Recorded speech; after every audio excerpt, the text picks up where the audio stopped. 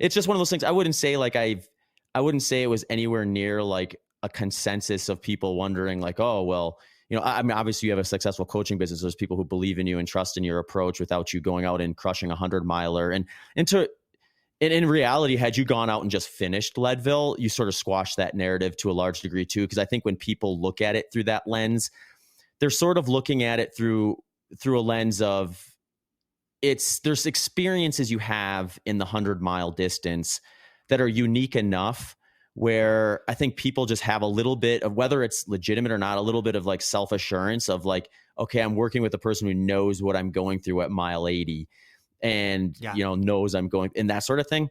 And I don't necessarily feel like that's a great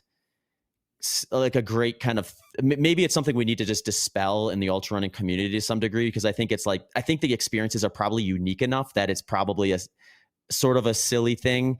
But then there's probably elements of it where we are in a sport where we're extrapolating forward a lot of science and a lot of information to try to get the right answers for these things that to some degree experiences and things do carry maybe a little more weight than they would in like, training an Olympic 5K athlete where we've turned over so many of the rocks in terms of what's going to work and what's not going to work that, there's a much narrower channel that you'd probably need to operate within before you start sounding crazy and being a negative influence on the person's progress.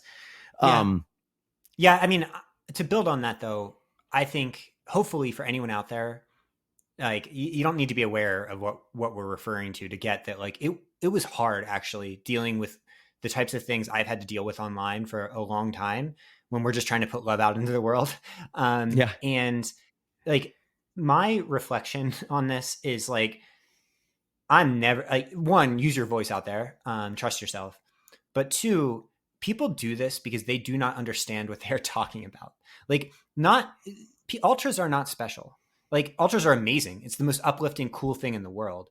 But if you understand fast running, you would never, ever make that criticism of somebody. Like the types of things that I have coached and done on tracks are so much more complex and so much more difficult than nailing 100-miler. 100 miles are so hard and it's a total crapshoot and it could always be a bad day. But like running is running and we should uplift curiosity, openness to learning. Like I have learned so much from everybody in this field.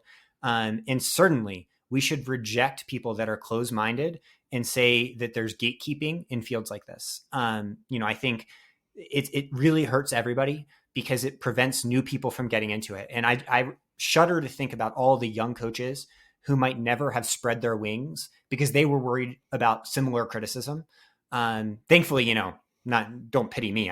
I've been successful and I've had a lot of fun doing it. But I just think the reflection point for me now is like all along, I started to buy into a narrative that was based in the insecurity of others. And thus I became insecure about myself. And I hope the lesson that people see from that is just like, you're amazing. Go for it. Try it out. Spread your wings. You'll be good. As long as you're open and curious to learn. Yeah, I think we do ourselves a disservice in the ultra running community by being an absolutist because there's still so much to learn. And I think it's cool that in the same regard, we've come a very long ways in the last decade in terms of like what people do that is likely going to yield a better result that we can probably safely assume is a positive thing for people to practice and follow from at least a starting point standpoint. But yeah, when you get into a sport like this, I think if you're really rigid in your approach and your absolutism is so refined that you're blocking people from getting in, that's where I think there is a problem there. And you're certainly a solution to that. So it's the most beautiful community in the world. But I think like, all fields have this same type of thing, I don't know. I guess my thing is like the more voices, the better, the more conflicting perspectives, the better.